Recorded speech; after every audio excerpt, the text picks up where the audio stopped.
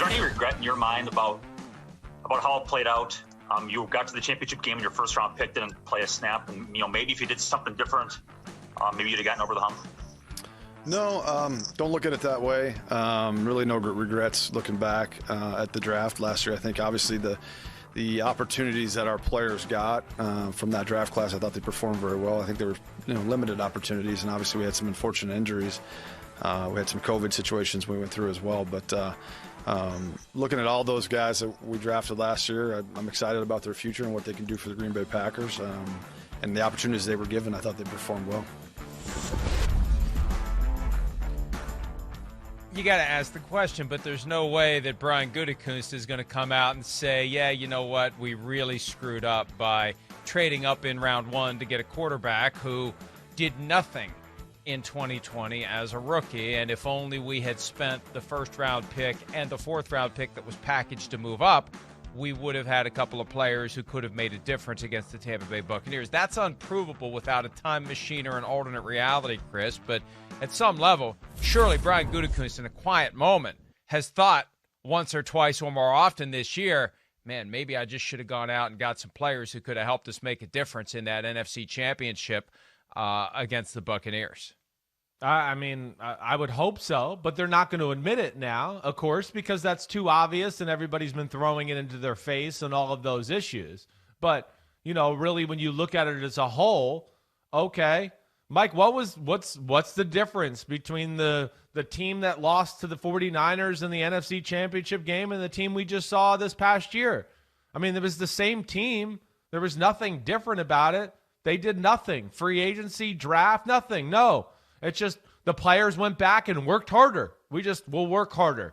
Don't help us out. It's all right. Oh, don't worry that the two teams in the Super Bowl got draft picks that, wait for it, contribute a lot. That's right. The whole year. And are big players in this game right now. So you can't swipe that under the rug no matter how easily, or how, quietly they try. Yeah, I don't know if that made sense there. But either way, we're all going to have our eye on these draft picks for years to come. I mean, they're going to be evaluated for the next 4 or 5 years. I think that's the first time that you've created like a bookend to a Simmsism, because you've been saying sweep it under the radar, and now you get an opportunity to say sweep it under the right thing, but you swipe it under the rug. So sweep it under the radar, I didn't mean to. Swipe it under the rug. You never do. You never do. That's what makes it so much fun. I had Derek Brooks tell me last night, quit being so hard on my guy Chris Simms. I said he makes it too easy to be hard on him. So at least you got Brooks in your corner. Yes. Hey, Packers, you're right. They didn't do anything. We saw in 2019, that's when they went out and made some moves and made Aaron Rodgers happy and brought in some veteran free agents. And they're going to have the chance to do it this year. The salary cap is most likely going to go down. Clark Hunt, the Chiefs owner, who's the chairman of the finance committee, said yesterday that they may not even know what the final salary cap number is until hours before the start of the league year. This is going to be a tough negotiation among teams and then between the NFL and the union. There could be a bunch of free agents out there, good quality players that the Packers, if they manage the cap right, can go out and grab to try to get over the hump. We'll see if they do it. They're clearly going to have Aaron Rodgers, though. He's not retiring. He's not leaving. They're not trading him. We know all of that. But there's still that lack of long-term clarity that Aaron Rodgers may want. Here's Gutekunst yesterday talking about his franchise quarterback, who soon will be named the 2020 MVP. Obviously, he's got, he's under contract and he's playing at an extremely high level. What we're trying to do as an organization and what we're trying to accomplish here, we can't do without Aaron Rodgers right now. So he's such a part of what we've done.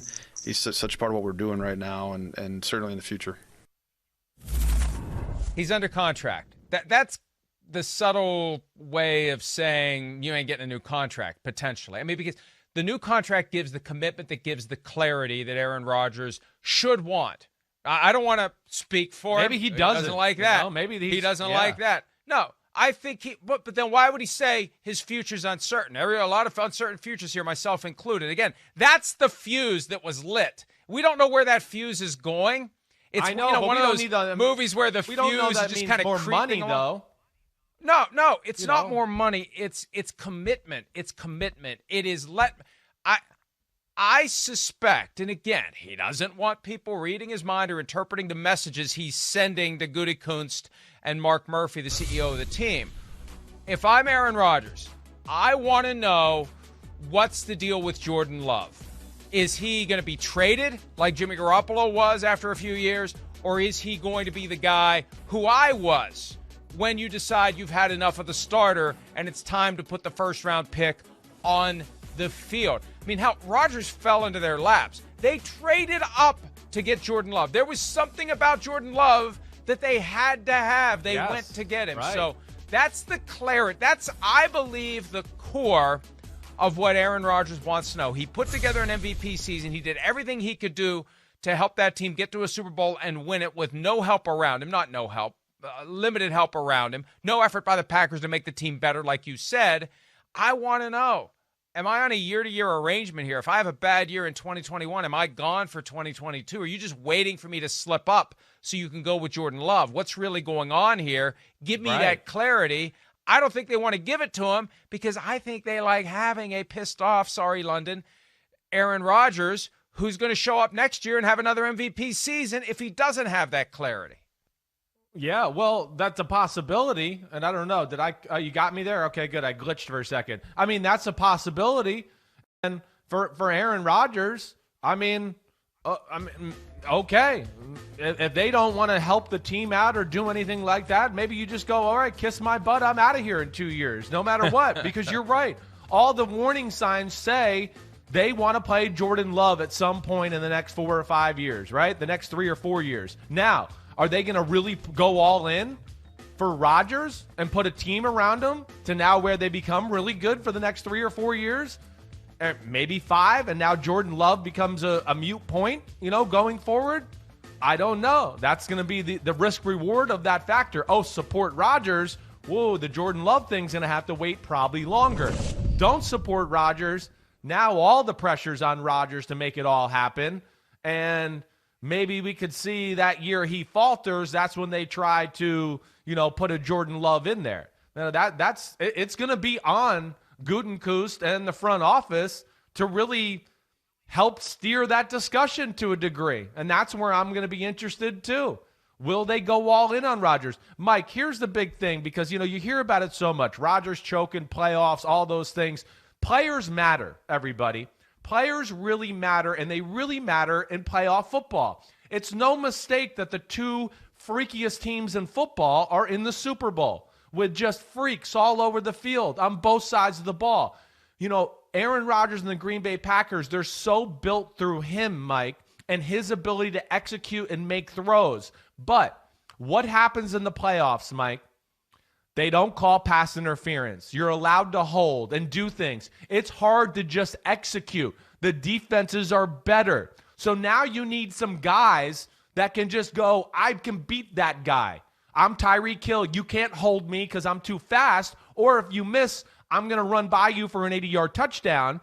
Oh, and now the DB goes, let me play off. I won't even try to do that. There's none of that with the Packers across the board, any of it. Hold them every play, doesn't matter. I'm not scared of anybody on their team. And that's why you sit there and go, I need players.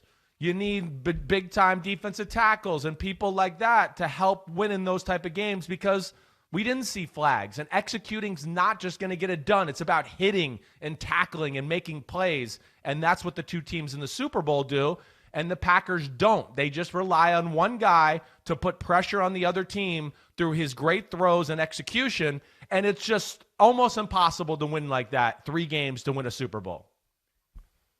Could you imagine what Aaron Rodgers would do with Tyreek Hill and Travis Kelce? Not to take anything away from Patrick Mahomes. We love Patrick Mahomes. But could you imagine what Aaron Rodgers would do with weapons like that? And surely, he's smart enough to reflect while he's having scotch or tequila, whatever his mood may be that evening, on, now he loves Devontae Adams, but to have those weapons and then Mecole Hardman and Sammy Watkins on those rare occasions when he's healthy, my goodness, what a difference that would be for Aaron Rodgers. We'll see if they give him what he's looking for. One other quick thing about Gutekunst's press conference yesterday. He came out and said there was no truth to the report from Sam Farmer of the LA Times that the Rams made a run at Aaron Rodgers, and Gutekunst did not hesitate. Now, Sam Farmer does not have a reputation for being wrong. It's not like he's out there trying to get clicks or attention by taking things that weren't accurate and trying to craft them into a story.